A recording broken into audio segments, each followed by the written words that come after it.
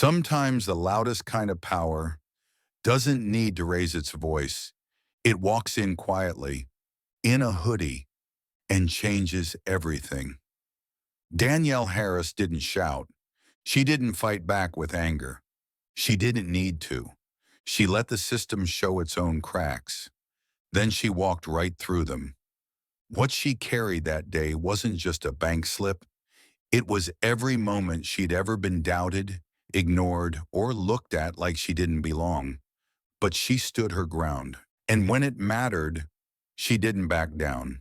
She rewrote the rules. For herself, for the ones coming after her, for everyone who's ever worn a hoodie and been seen as a threat instead of a person. So if this story moves something in you, don't let it stop here. Subscribe, because we tell stories that need to be told. Share it, because someone out there needs to hear it. And take a moment to ask yourself, who around you is wearing the hoodie right now?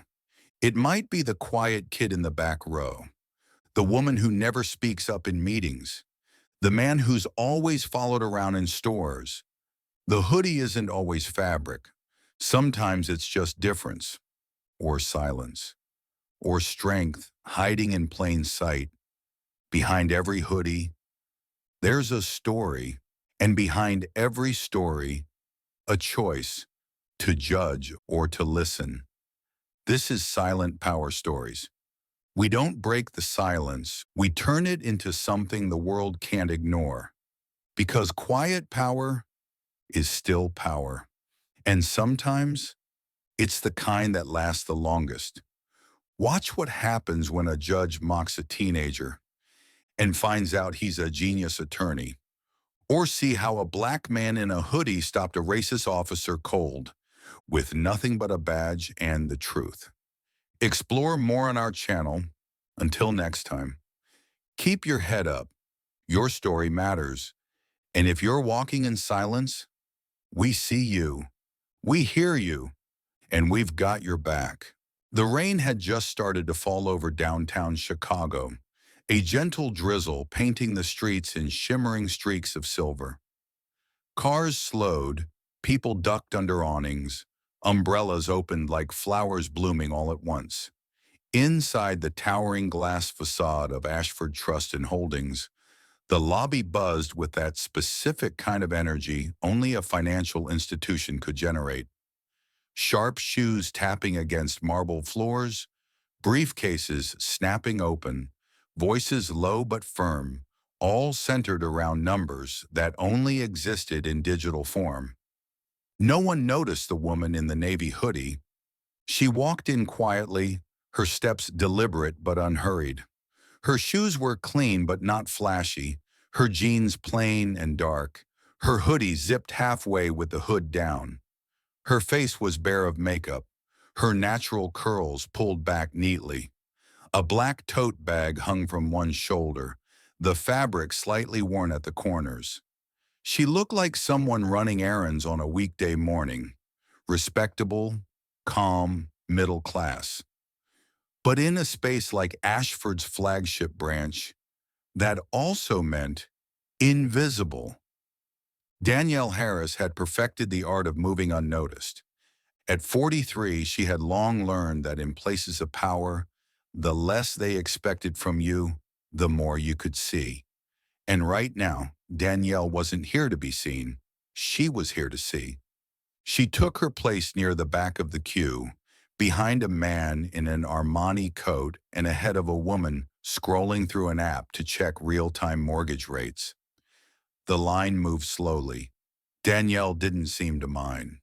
Her posture was still, hands calmly folded over a slim file folder. From time to time, her eyes flicked around the branch, observing. To the average employee at Ashford Trust, she was just another customer, maybe lower tier, maybe someone trying to cash a refund check or dispute a maintenance fee. The hoodie alone set certain assumptions in motion. So did her skin tone. Danielle didn't flinch at the sideways glances. She didn't react when a teller offered a tight-lipped smile to the man in the $800 coat, but barely made eye contact with her. She didn't move when the branch manager passed by, offering firm handshakes to two well-dressed white men seated in the waiting area, without even glancing at Danielle's section of the queue. Because Danielle wasn't here to make a scene. She was here to study the stage. And this was a test.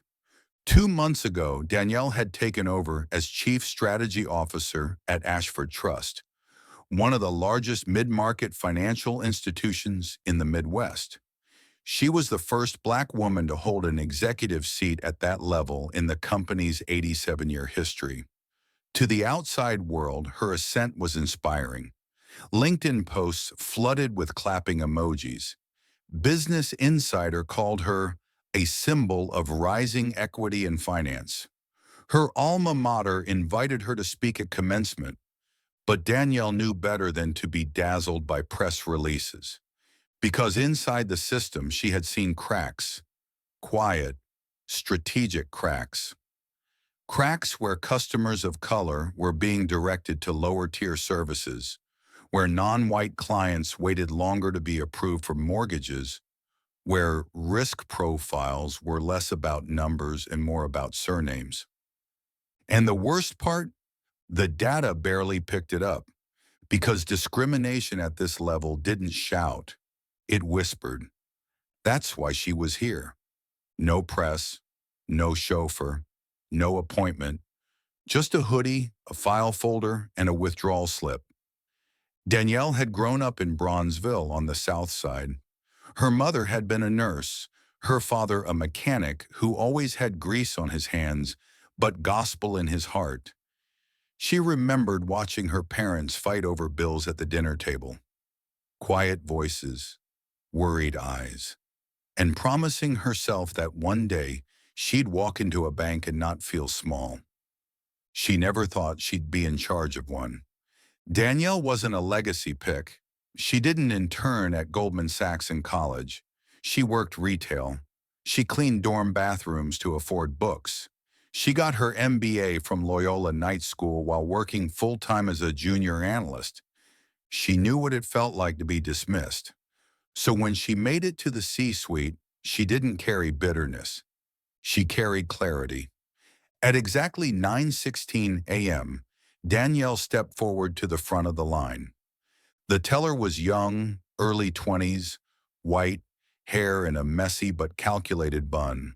Her name tag read Courtney. She looked up with a smile that froze half a second too long when she saw Danielle's hoodie. "Hi," Courtney said, adjusting her posture. "How can I help you?" Danielle offered a gentle nod. "I'd like to make a withdrawal from my business account, please."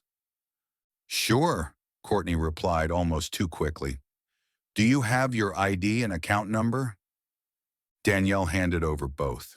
A sleek black card, a driver's license with her photo, and a filled-out withdrawal slip. Courtney glanced down at the amount, $120,000. Her face twitched. Danielle caught it. Courtney said nothing at first, only that she needed to check with her supervisor. Danielle nodded. She had expected this. What she didn't expect was that 5 minutes later, 3 people would be huddled behind the glass partition, whispering. What she didn't expect was the tone.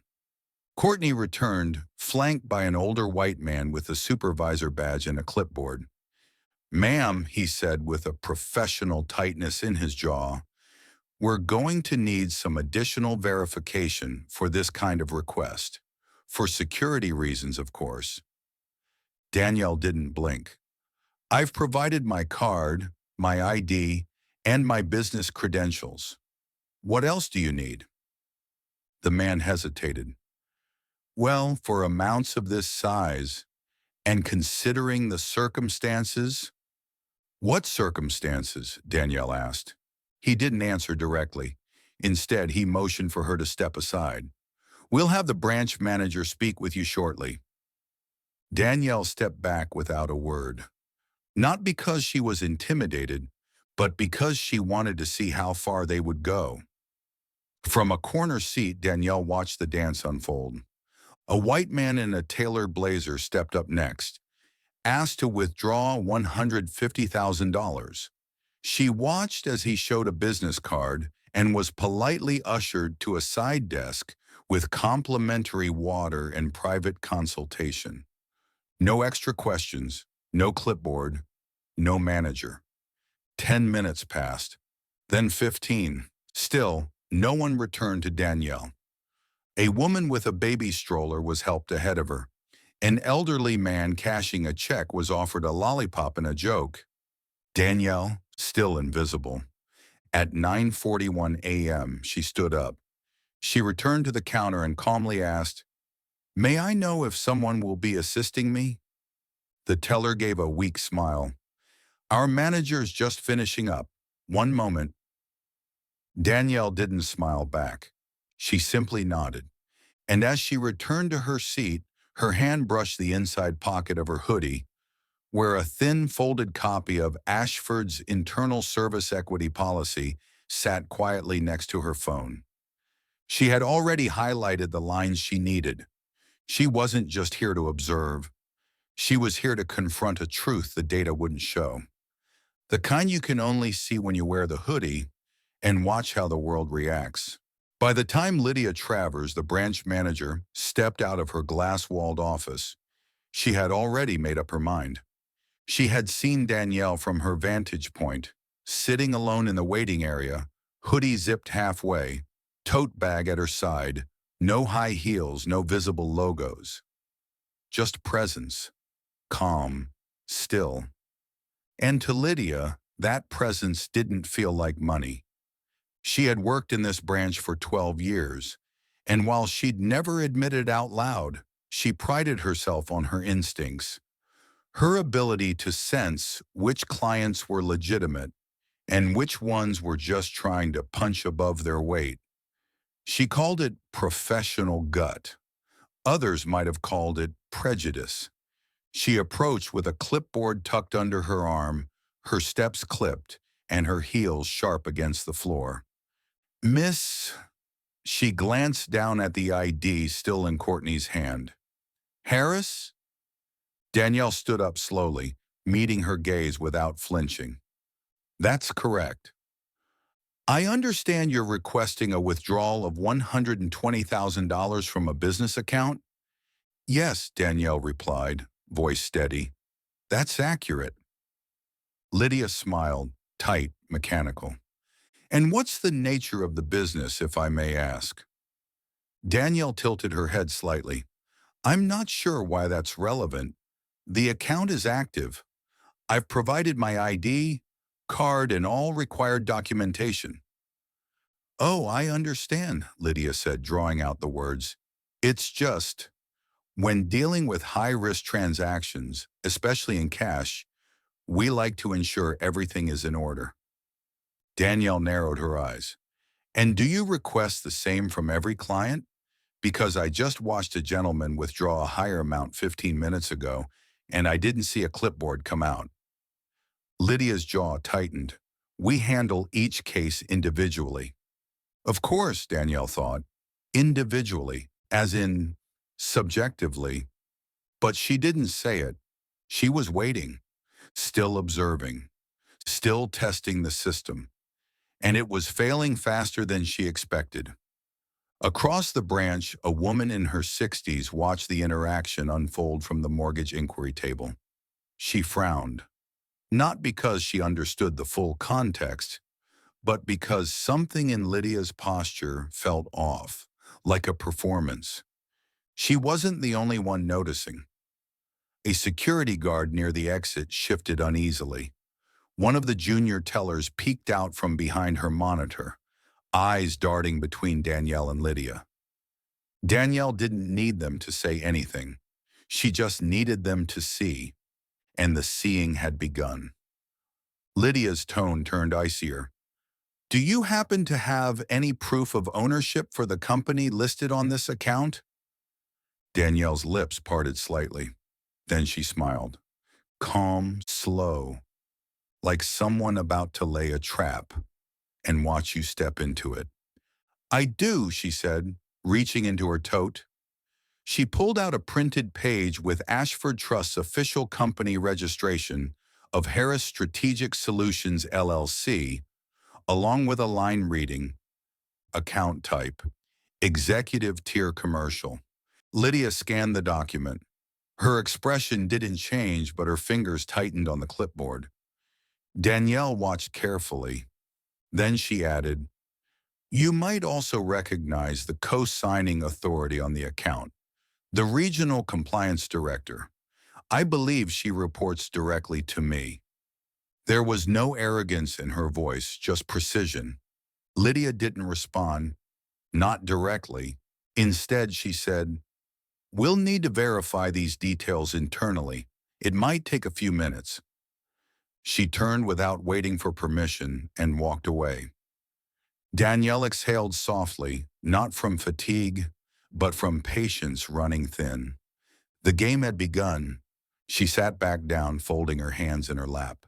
The silence around her was louder now. More eyes drifting her way. A couple nearby pretending not to look. A young man checking his phone, but his camera pointed discreetly in her direction. Danielle knew what was happening. She wasn't just a client anymore. She was becoming a spectacle. 10 minutes passed, then 15. No one came back. She stood again, walked to the counter. "May I speak with Lydia again, please?" The teller hesitated. "She's still verifying a few things." Danielle nodded once, then returned to her seat. But this time, she didn't sit quietly. She pulled out her phone and began typing. A message to herself. A log of every word spoken. The time, the names, the tone. She wasn't documenting this as a victim. She was documenting it as evidence. Meanwhile, in Lydia's office, the conversation was growing more anxious. "She's listed in the system as a senior contact, but there's no visible employee flag. Why doesn't this show her internal role?" Lydia asked, staring at her monitor. The compliance officer on the other end of the phone replied, "She's CSO Lydia. She doesn't bank under her employee profile. Her accounts are legacy tier, classified before she joined the board." "Why? What's going on?" Lydia swallowed hard. "I just needed to confirm something." "She's your boss, Lydia." Silence, the kind that wraps around the neck. Lydia didn't respond right away. Then she lied. She wasn't clear about her identity. She walked in wearing a hoodie. No formal ID. "You mean she walked in as a customer?" The voice on the phone cut in. "And you treated her like a threat?" The line went dead. Lydia stared at the blank screen, then at the glass wall of her office, and beyond it, at the woman in the hoodie still waiting, still watching. Back in the lobby, Danielle received a call. The display showed a name she knew. She answered. "Yes?" A pause, then, "They know now." Danielle's lips barely moved. "Let's see if they say it." She hung up and waited. Another 15 minutes passed before Lydia emerged again, her face pale, smile fake. "Miss Harris," she said stiffly, we apologize for the delay. There appears to have been a system discrepancy. Your request has been approved." Danielle raised an eyebrow. "Just like that?" Lydia flinched slightly. "Well, yes, no clipboard, no supervisor to verify now?" Danielle asked, her voice gentle but deadly sharp. The room had quieted. Even the coffee machine seemed to pause. Danielle didn't raise her voice. She didn't need to, because her silence held weight, and that weight was growing heavier by the second. Lydia stood still, waiting for judgment. Danielle stepped forward. "Complete the withdrawal." The teller did, hands trembling, stacks of cash, carefully counted, verified, Signed. Danielle collected the funds calmly, placing them into a secure envelope she had brought herself. Then she looked back at Lydia. "Tell me, Lydia," she said, "how many others like me have walked into this branch and been made to feel like a criminal?" Lydia said nothing. Danielle nodded as if expecting the silence. "That's what I thought." She turned to leave.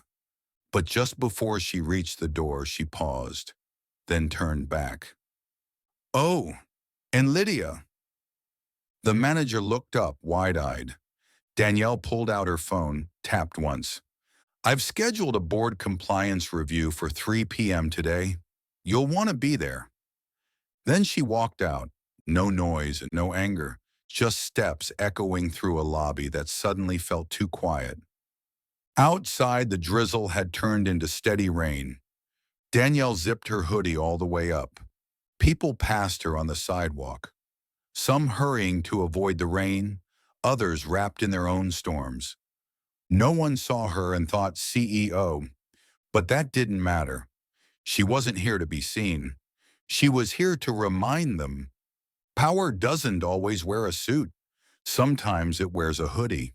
Danielle stepped out of the Ashford Trust branch into the cold drizzle of mid-morning Chicago, her breath hanging faintly in the air.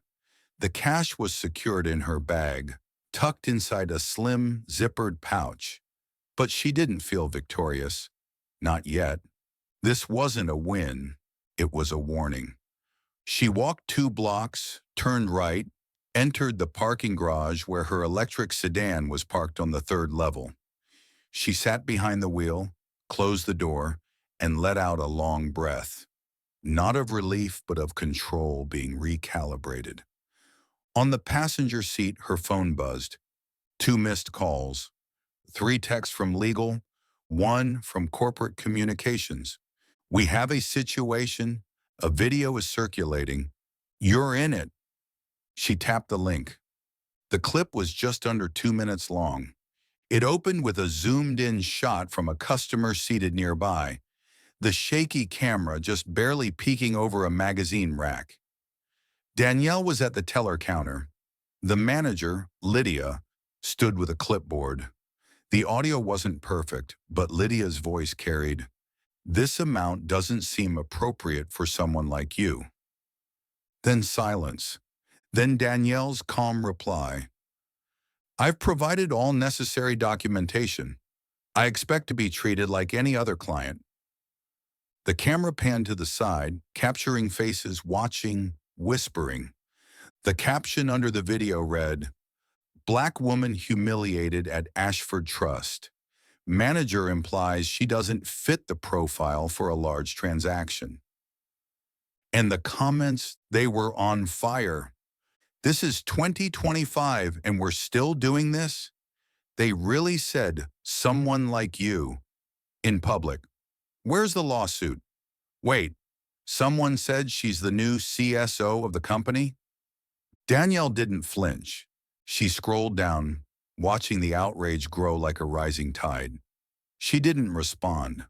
She didn't like or comment. She didn't share it with anyone. She just watched. Not the video, the reaction. Because this wasn't about her. It was about something older than her. Something embedded, systemic, and now exposed. Back inside the branch, the atmosphere was shifting rapidly. By 11:15 a.m., the video had reached the inbox of every senior VP. Some had already seen it on social media before the email blast even hit.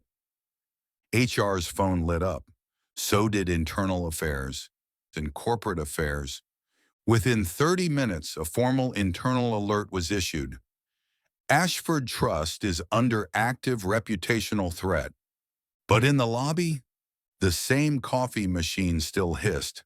The same clerk still smiled politely at their regulars. Only one thing had changed. Everyone knew. Everyone had seen. The woman in the hoodie? She wasn't invisible anymore. And the weight of their public misjudgment now pressed on the shoulders of every person who had looked at her. and looked away. At 12:04 p.m., Lydia was called back into her office. But this time, it wasn't her sanctuary. 3 people were waiting, one from HR, one from legal, and one she didn't recognize at all. The third person was a tall, middle-aged black woman in a gray pantsuit, her expression neutral, clipboard in hand. She introduced herself plainly. "Trina Lawson, Ethics and Executive Conduct Review." Lydia blinked. "I wasn't informed of—" Trina interrupted softly. "This isn't a scheduled meeting. This is a response." The legal officer chimed in. "There's footage of you making discriminatory comments to our own CSO. That's no longer a private concern." Lydia's lips parted, but she didn't speak. What could she say? She could barely breathe. Trina laid down a printed screenshot of the viral video. It was paused perfectly on the moment Lydia said, "Someone like you." And across the screen, thousands of likes, reposts, shares. No spin could save her now. Meanwhile, Danielle returned to her office on the 28th floor of Ashford's corporate tower. She entered without fanfare, without security. No press waited outside. No flashbulbs, just silence and a view of the skyline partially blurred by mist. She placed her bag on the corner table, sat in her chair, and opened her laptop. The homepage of the internal intranet had already changed.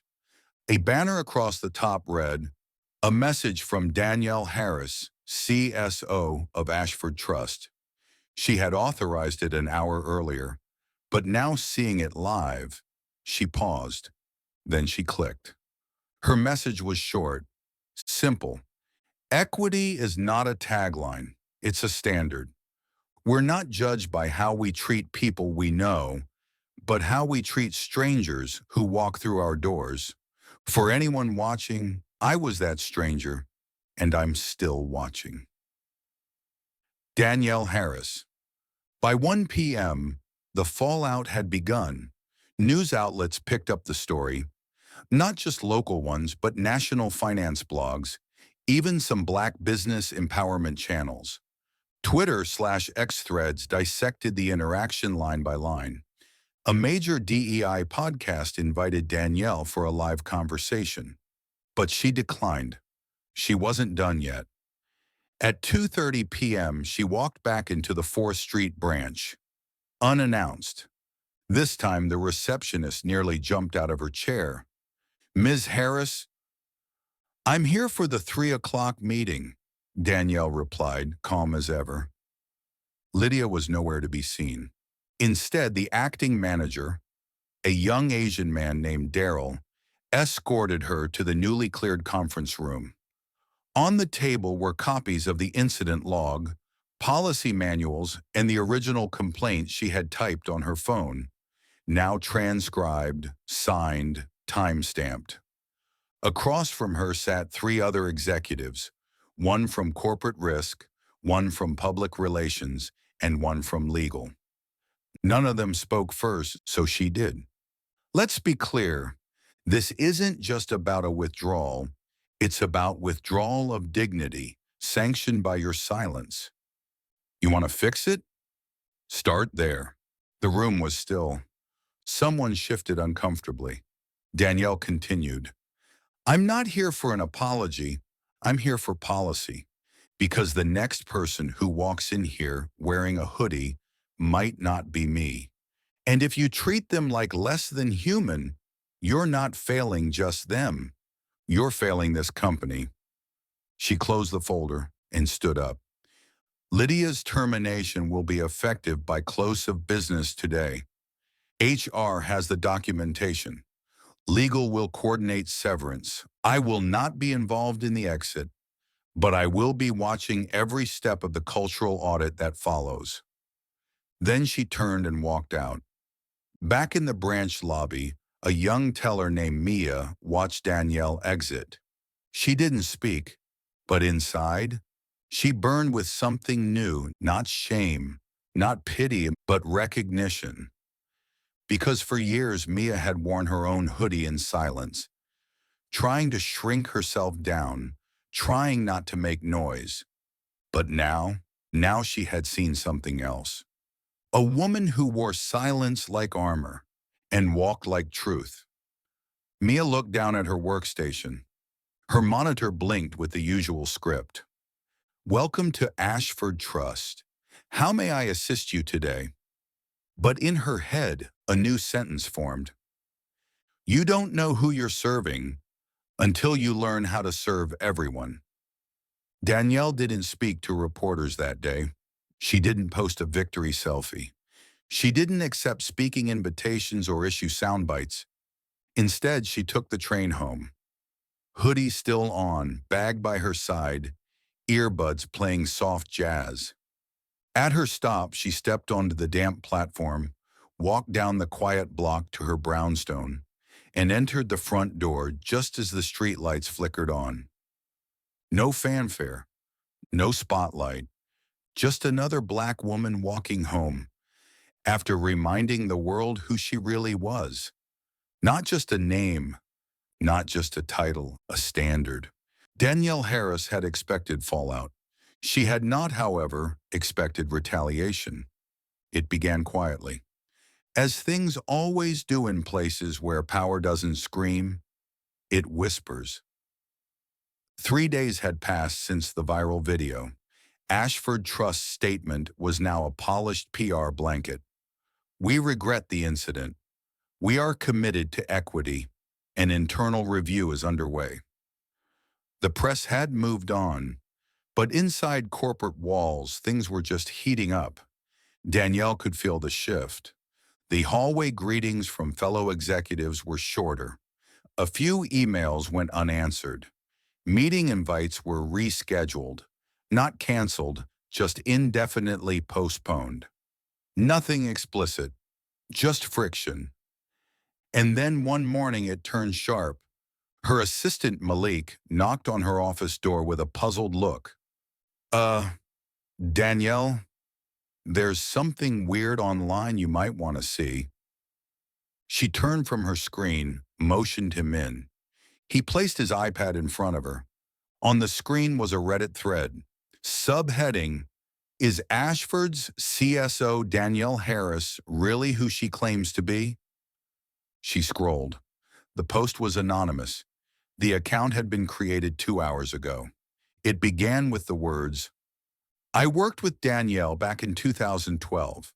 Let's just say she's not as clean as she wants you to think. Danielle narrowed her eyes. The thread included blurry screenshots. One of a tax filing from an unrelated LLC, another from a credit report with her name half visible, but tied to a defunct address. The comments were worse. Typical DEI hire, all optics, no substance. No wonder she's pulling the race card. It's all she's got. Bet she can't even manage a balance sheet without a DEI officer holding her hand. I heard she's under investigation. She's just distracting everyone. Danielle stared at the screen, not with rage, but with a calm, steady chill spreading across her shoulders. This wasn't random. This was targeted.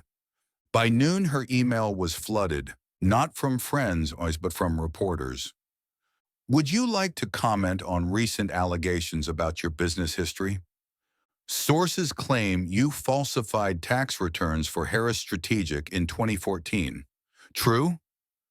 Would you care to verify your financial records? Danielle responded to none of them.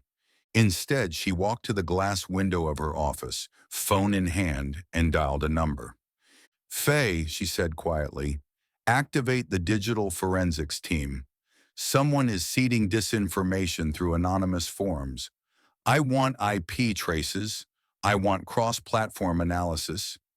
I want to know who started it and who they report to. There was no anger in her tone, only instruction. That night she didn't sleep. Not because she was afraid. Danielle didn't fear falsehood, but because she knew where this was going. This wasn't about her.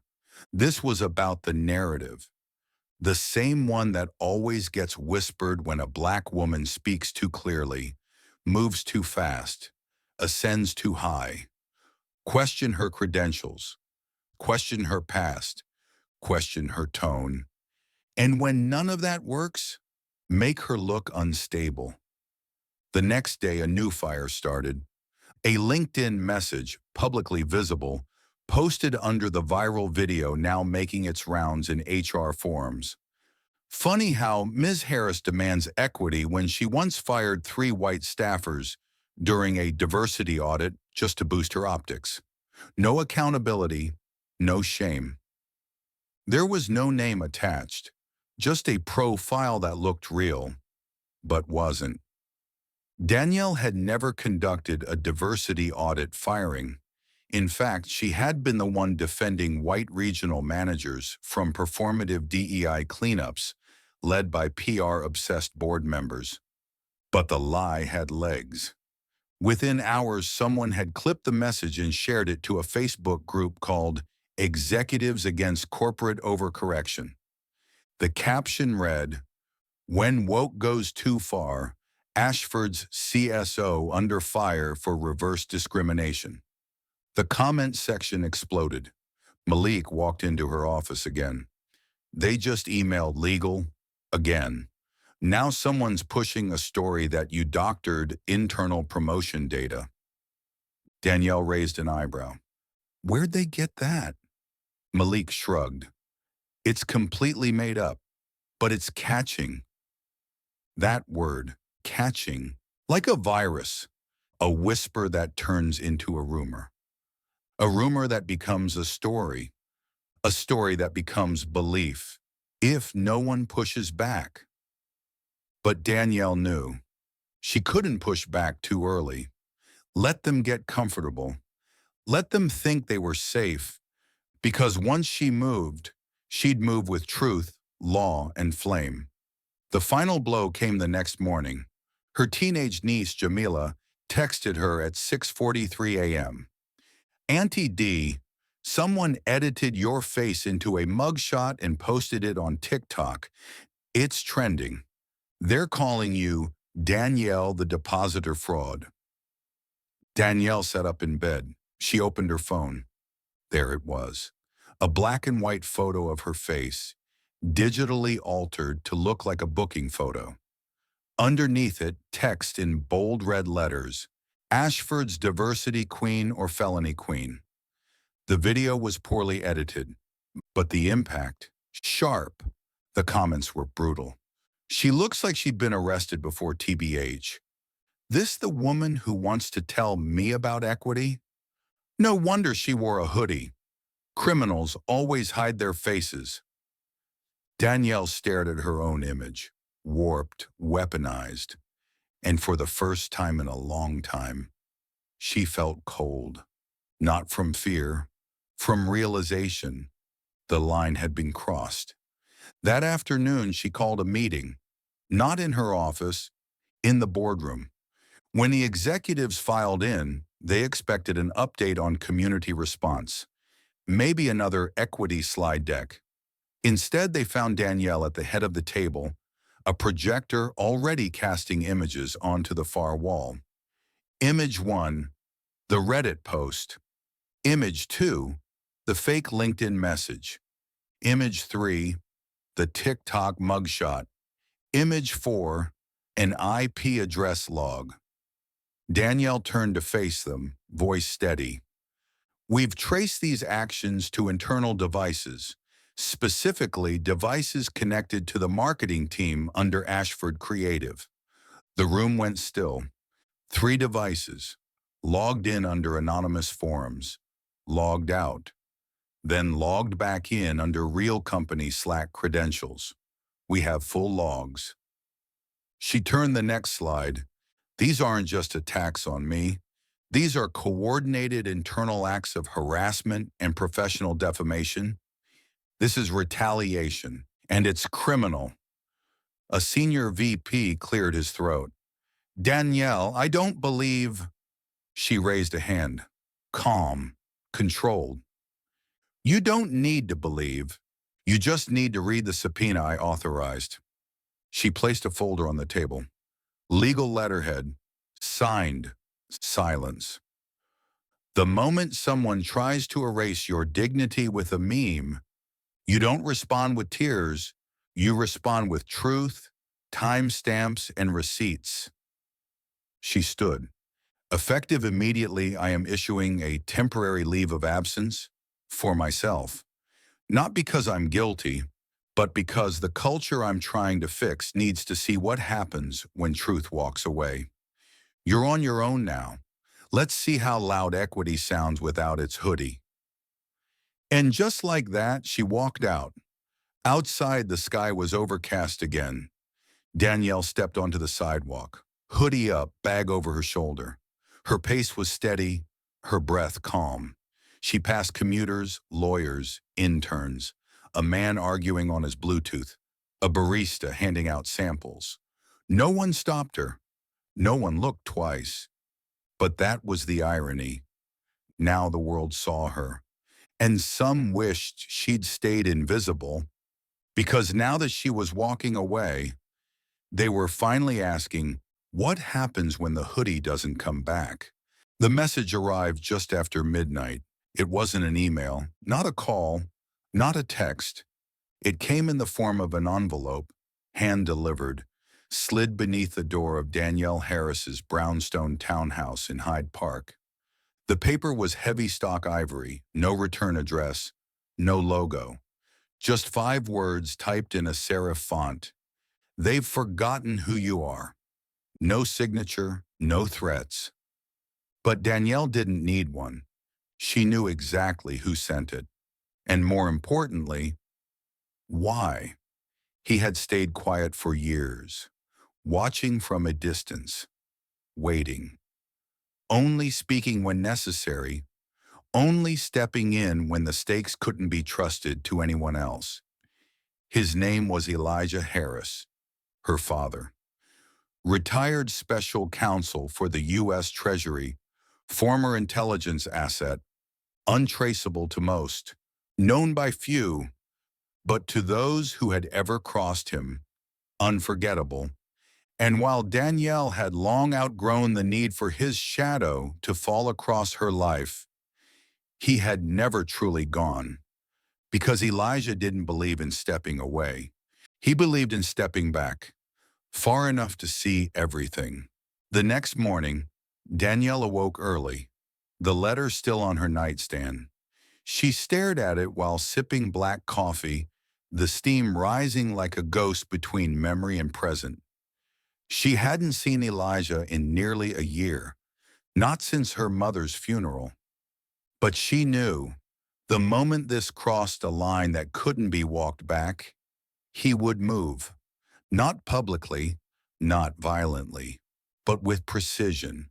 She looked at her phone. No new messages. He wouldn't call. He never did. But the wake had begun. At 9:12 a.m., a board member at Ashford Trust received a visitor. The receptionist didn't question it. The man had a temporary visitor badge, a tailored wool coat, and an old-world politeness that made people nervous without knowing why. He introduced himself with a soft smile. I'm Elijah. I believe we have overlapping interests. The board member's office door closed. It stayed closed for 53 minutes. When it opened, the board member looked pale. He canceled all meetings for the day. At 10:36 a.m., the CEO's executive assistant received a call. The voice on the other end didn't raise volume, didn't ask questions. He simply said, "You will be receiving a dossier. You will not delay reading it. If you care about this company, read it twice." The line disconnected before she could ask who it was. But 5 minutes later, a manila folder arrived via black car, unmarked. Inside, an IP trace report, Slack messages, audio transcripts, one surveillance image showing a creative team director plugging a USB into a mainframe hub. The folders tab read, Internal Subversion Phase 1. The bottom corner of the first page was signed E. Harris. By noon, the general counsel of Ashford Trust walked into the CEO's office without knocking. "Sir, we have a problem," he said, holding the folder like it contained TNT. The CEO frowned. "Another PR hit?" "No," the general counsel said. "This isn't public yet. This is surgical." He opened the folder and laid it out across the desk. When the CEO read the contents, his face changed. And when he reached the third page, his hands stopped moving. "My God," he whispered. The counsel said nothing, just waited, and then added, "He's given us a choice. Fix this quietly, or he'll let the press fix it for us." The CEO looked up. "Who the hell is this man?" The counsel replied, "He's Danielle Harris's father, and from what I gather, he doesn't lose." Meanwhile, Danielle sat in her home office, still in her hoodie, scanning the same copy of the folder that had now landed on 3 desks inside the bank. A courier had left it for her before dawn. No instructions. Just a sticky note in all caps, handwritten, "Move or be moved." Elijah always said that.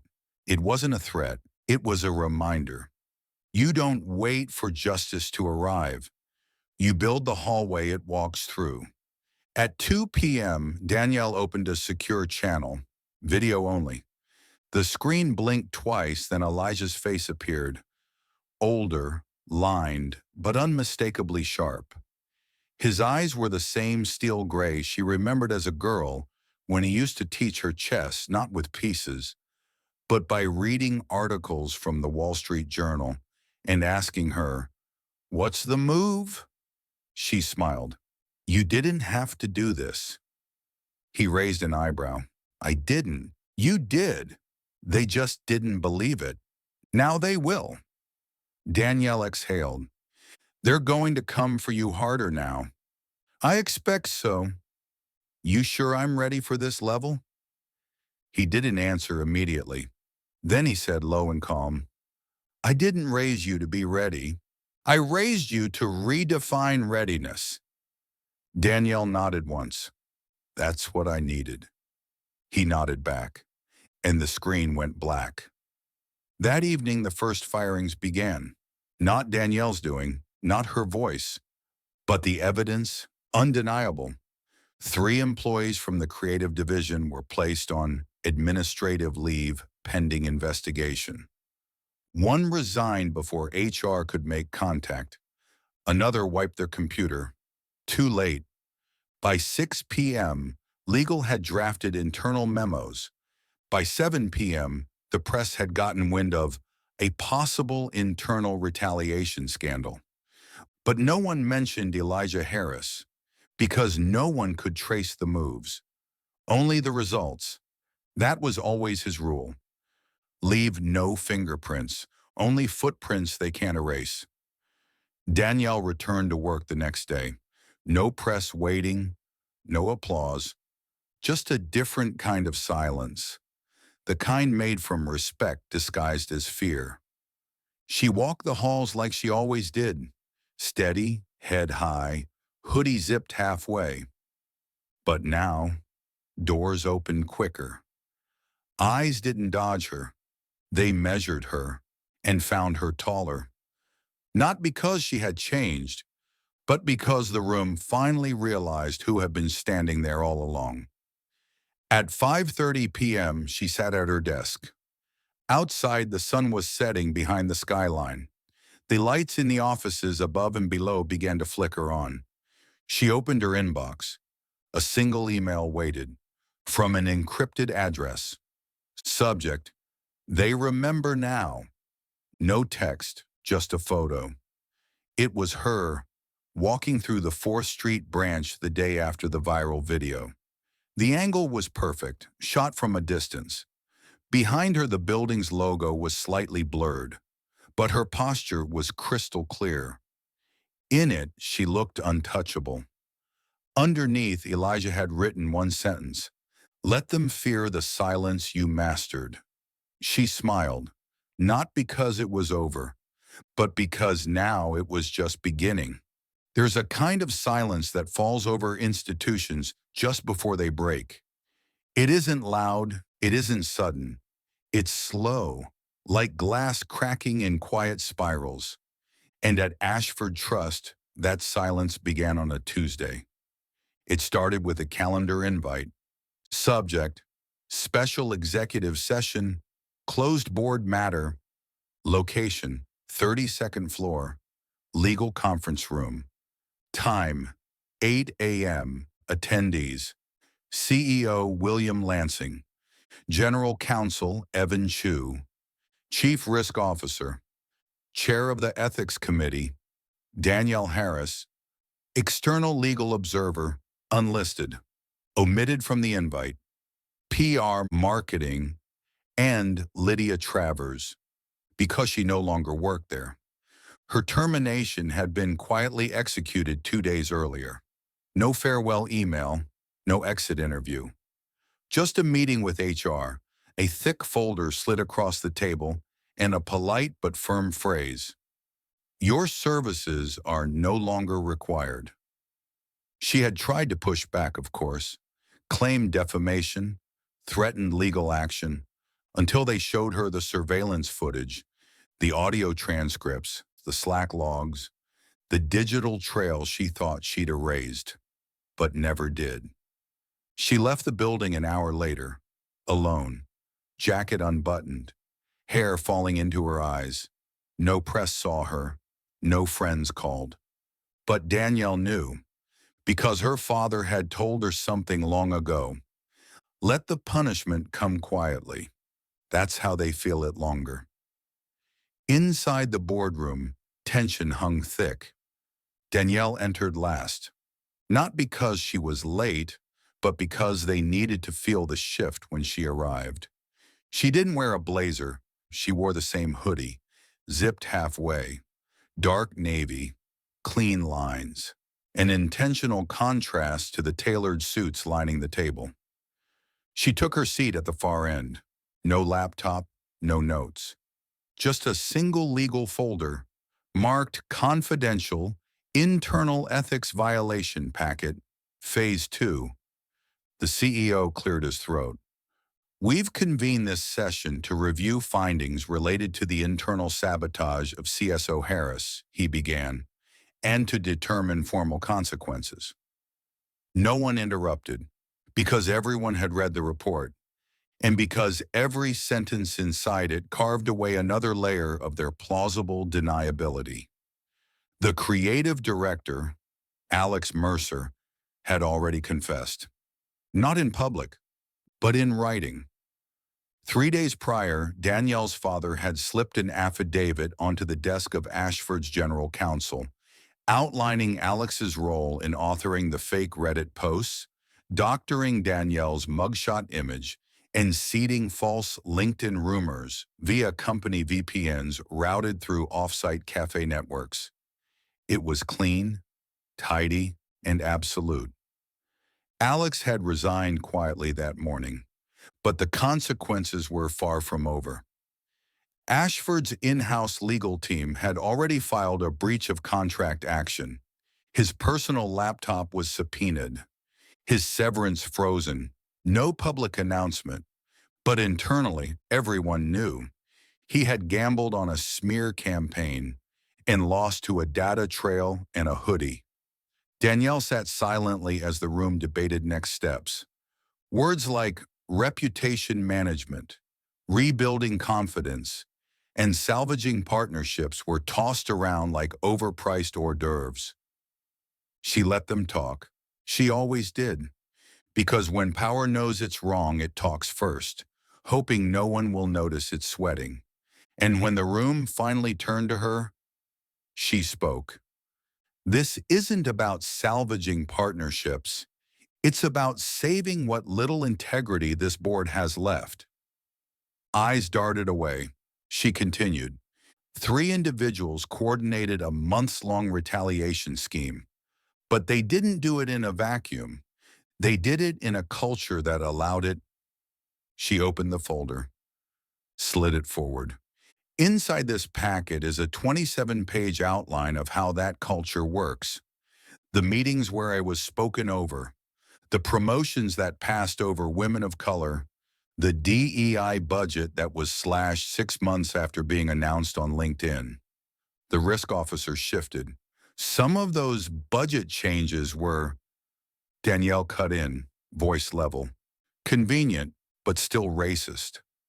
A pause, long, heavy, not because they disagreed, but because they finally understood someone was going to hold the mirror in public if they didn't act in private. The ethics chair leaned forward. Her voice was soft but resolute. We'll recommend full censure of those involved, public commitment to equity reform, and a permanent, independent oversight unit reporting directly to the board. Danielle nodded once. Then she stood. That's a start. But the next time someone walks into one of your branches wearing a hoodie, you won't get to say you didn't know better. She turned to leave, then paused. And if you need a name for the new oversight division, call it the Harris Protocol, so you never forget how close you came to losing everything. The fallout rippled beyond the boardroom. Vendors noticed the changes. Partner banks asked questions.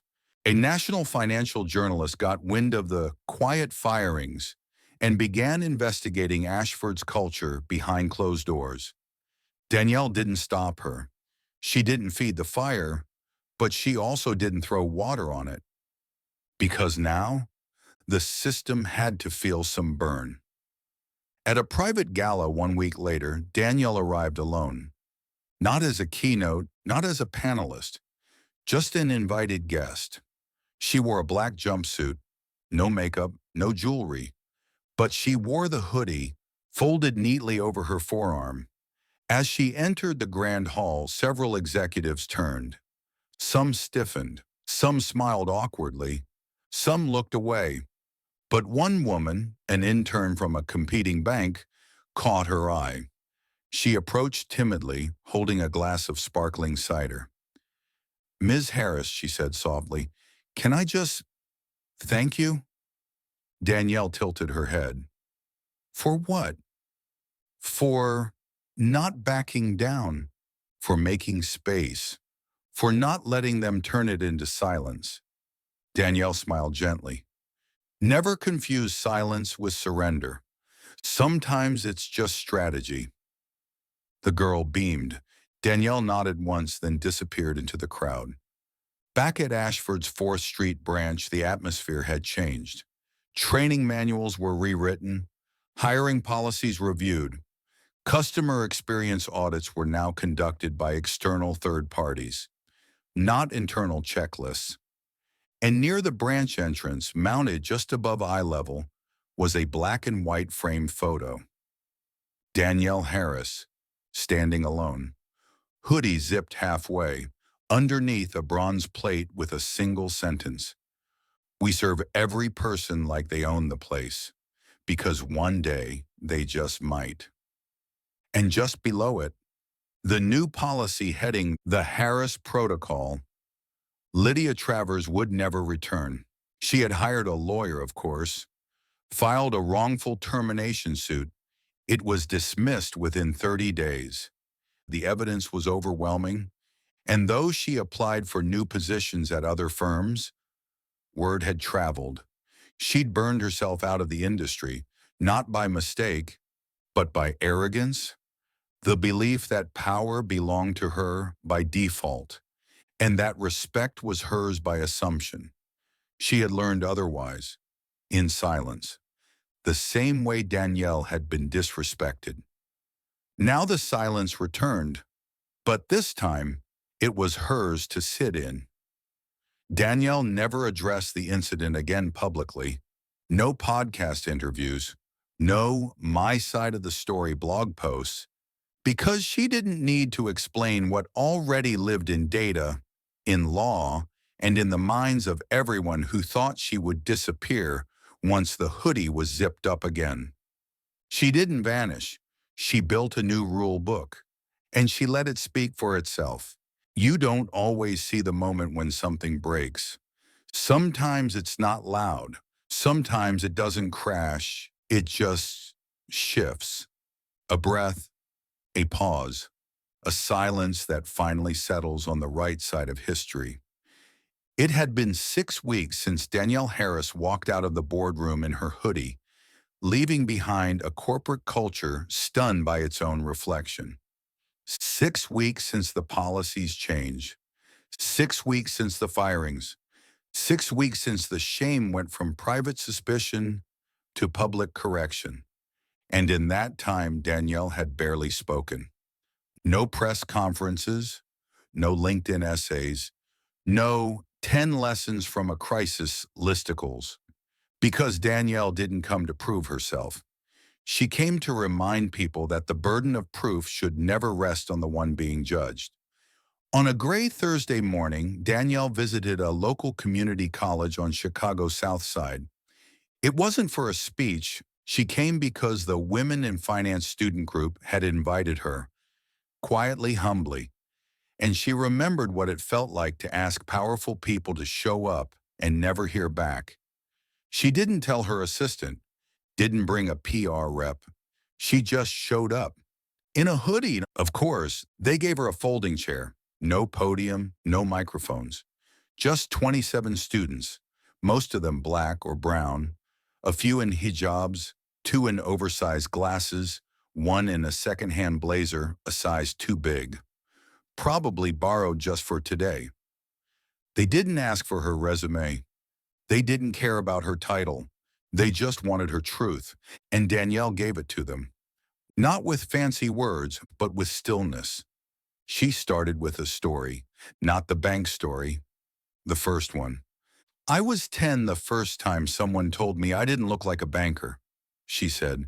It was my fifth-grade teacher. I'd said I wanted to work with numbers and money. She told me I'd make a great cashier. A few students chuckled. Danielle didn't. That wasn't a joke. That was a ceiling spoken in plain sight. And I've spent my life breaking those ceilings until they turned into floors I could stand on. One student, a girl with cornrows and chipped blue nail polish, raised her hand. How'd you know when to speak up and when to stay quiet? Danielle smiled gently. Power doesn't always speak. Sometimes it watches, it calculates, and when it finally moves, it does so with undeniability. The difference between silence and weakness is whether you're holding your truth or hiding from it. Silence in the room, the heavy kind, the kind that changes posture, not just opinions. Another student, a soft-voiced boy with a stutter, asked, what would you say to someone who doesn't think they're enough? Like, maybe they don't belong in a place like that? Danielle took a breath. She looked around the room, then said, the scariest part about walking into rooms that weren't built for you is realizing how many people inside them pretend they belong, but don't. You don't have to match the room. You don't have to dress like them. You don't have to speak like them. You just have to know your why.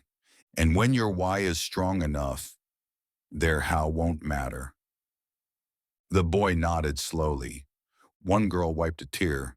Another whispered, damn. After the session, Danielle stayed behind. She answered questions one-on-one. She complimented someone's thrifted blazer. She wrote her email on the back of a Starbucks napkin for a girl who didn't have a notebook. No cameras, no staff, just a woman in a hoodie giving a little more than she had to because someone once gave to her. And that's how cycles break. Back at Ashford Trust, the effects continued to ripple. 6 new DEI hires in regional offices.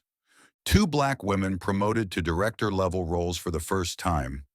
One of the former quiet executives, who had sat silently during Danielle's public humiliation, requested a one-on-one with her. Danielle declined. She had no anger, but she had no space for performative redemption either. Some lessons are personal, and some are structural. She was here to fix the latter. She didn't walk around the halls like a victor. She walked like a witness, and that's what made her more powerful than any press release. She knew what the building looked like before the storm, and she knew what parts still smelled like smoke. A month later, she received a handwritten note in her mail slot. No return address. Just the words, "I watched what they did. I didn't speak up. I will now. Thank you for not waiting for us." No signature. She didn't need one. Because the lesson wasn't about credit, it was about conviction. And conviction, once planted, doesn't shrink back. It grows, even in silence, especially in silence. At her next quarterly strategy meeting, Danielle closed with one slide, just one. No numbers, no projections, just a photograph. The lobby of the 4th Street branch, and on the wall, the framed plaque bearing her image. "We serve every person like they own the place, because one day they just might." Underneath, she had added a line, in small print, bolded, italicized. "Truth walks slow, but it never walks alone." Then she closed the laptop and walked out of the meeting, not waiting for applause, because the people who need claps aren't doing the work. She was, and still is. The hoodie stayed, not for style, for symbol. She wore it to work on Fridays.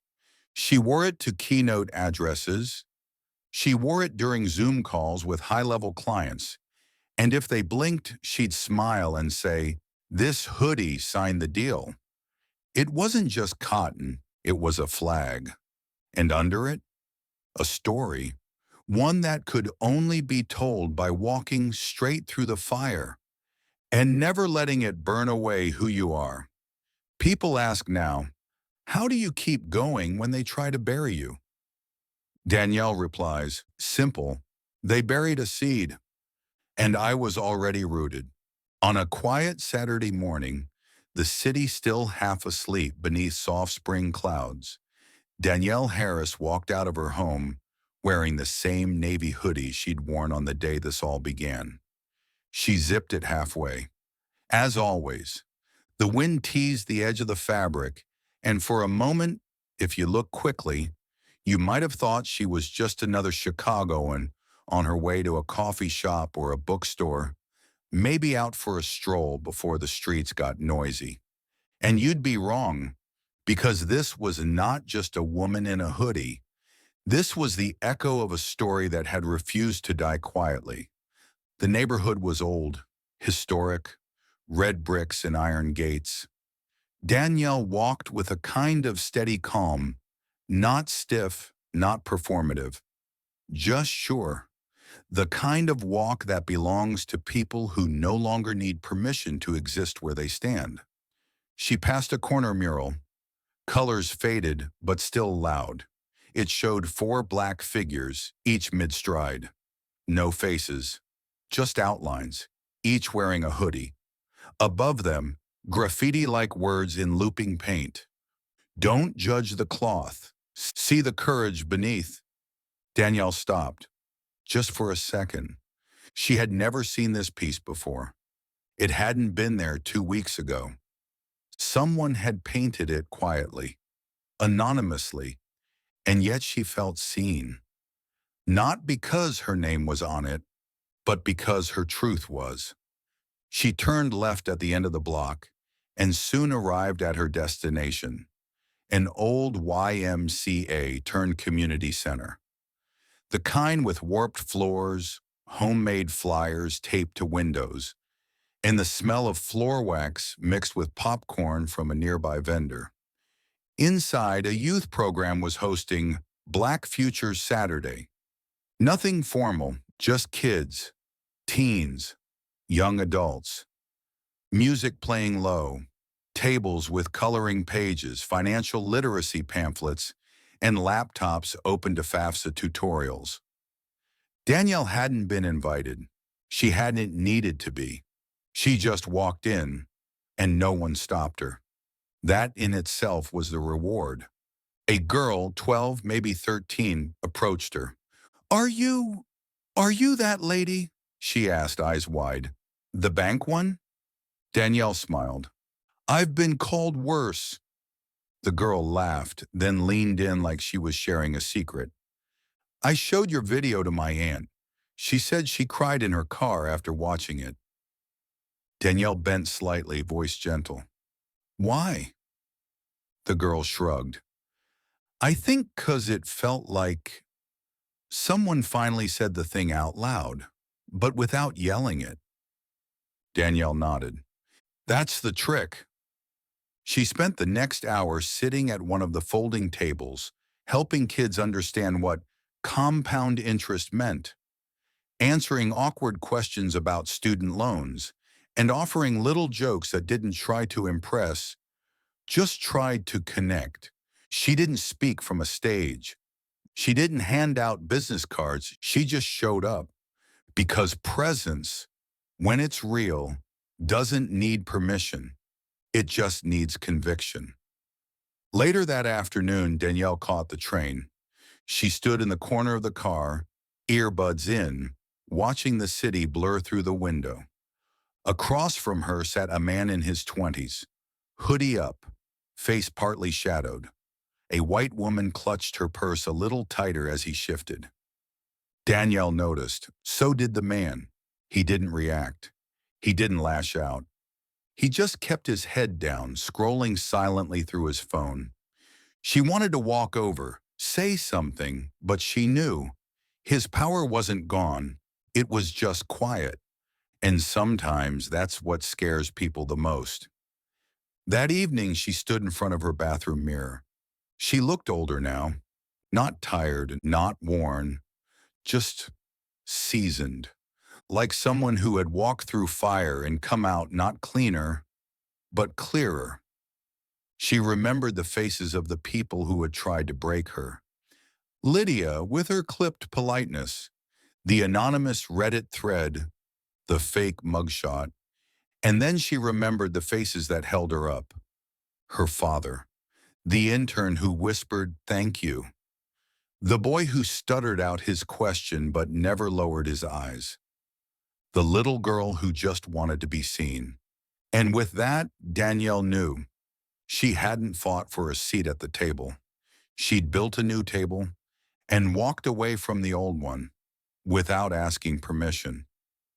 The next week, she returned to work at Ashford, but something had shifted, not in her office, not in her title, in the air. The tension was gone, not because it had vanished, but because it had bowed, and in its place stood quiet respect. The kind that follows those who carry storms in silence, but never forget how to command thunder when needed. One afternoon, she sat in the 4th Street branch lobby. No fanfare, no camera crews, just her, observing again. A woman walked in, mid-40s, Latina, nervous, her English hesitant. She approached the counter. I need open account for my business, she said softly.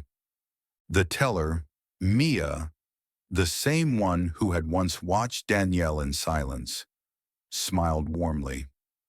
Of course, we'll take care of you, Mia said. Would you like Spanish language support? The woman beamed.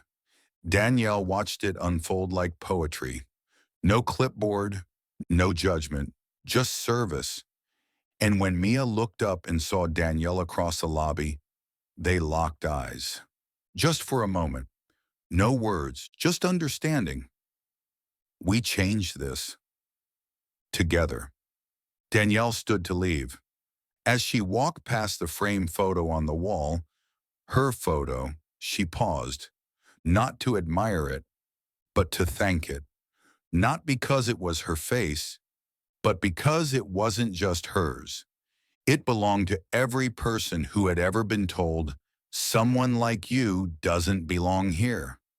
To every kid who had been followed in a store, to every black woman mistaken for the assistant when she was the CEO, to every young man in a hoodie who walked too carefully to not look threatening.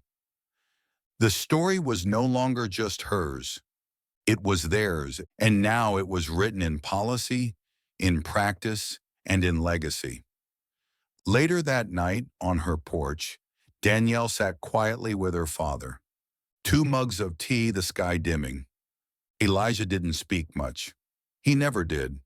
But after a long silence, he said, "It's not about how loud they scream. It's about how long they remember the whisper that changed them." Danielle looked down at her hoodie. She zipped it up all the way and smiled. "Then let them remember." And with that, the hoodie walked on, not as a symbol of defiance, not as a uniform of protest, but as a flag, a banner, a living story that refused to stay invisible, that refused to be humiliated into silence, that walked into the fire and came out whole. This was not just a black story, not just a hoodie story, this was a human story about knowing your worth, holding your ground, and making sure that when you speak, even if you do it softly, the world still listens. Because behind every hoodie, there's a story worth telling. And some stories, they walk forever. They looked at her and saw just a hoodie, just a black woman, just another face in the lobby, just another problem they didn't want to deal with. They didn't see the title. They didn't see the legacy. They didn't see the storm she carried quietly in her chest. Her name was Danielle Harris. She wasn't loud. She didn't dress to impress. And on that day, she didn't walk in with a lawyer or a camera crew. She walked in with a withdrawal slip and a purpose. She asked for her own money from her own account in a bank she partly owned. But what she got was a lesson in what they still think black looks like, what they still think power doesn't look like when it wears a hoodie. They asked her to spell her last name. They asked her what she needed the money for. They called in a manager. They made her wait. And then they humiliated her in front of everyone. They didn't know her name, but they were about to, because Danielle didn't come to argue. She didn't raise her voice. She didn't have to. All she had to do was show them who they were really dealing with. This isn't a story about revenge. It's a story about control, about what happens when someone is so grounded in who they are. They let the world dig its own grave while they stand still. This is a story about race, about silence, about dignity in the face of casual power plays. It's about what it means to be black in a room that only respects you when they think you're already rich. But most of all, it's a story about what happens when the system underestimates the quiet ones. Because the hoodie, it didn't just walk in, it waited, it watched. And when the moment came, it changed everything. Welcome to Silent Power Stories, where behind every hoodie, there's a black story worth telling.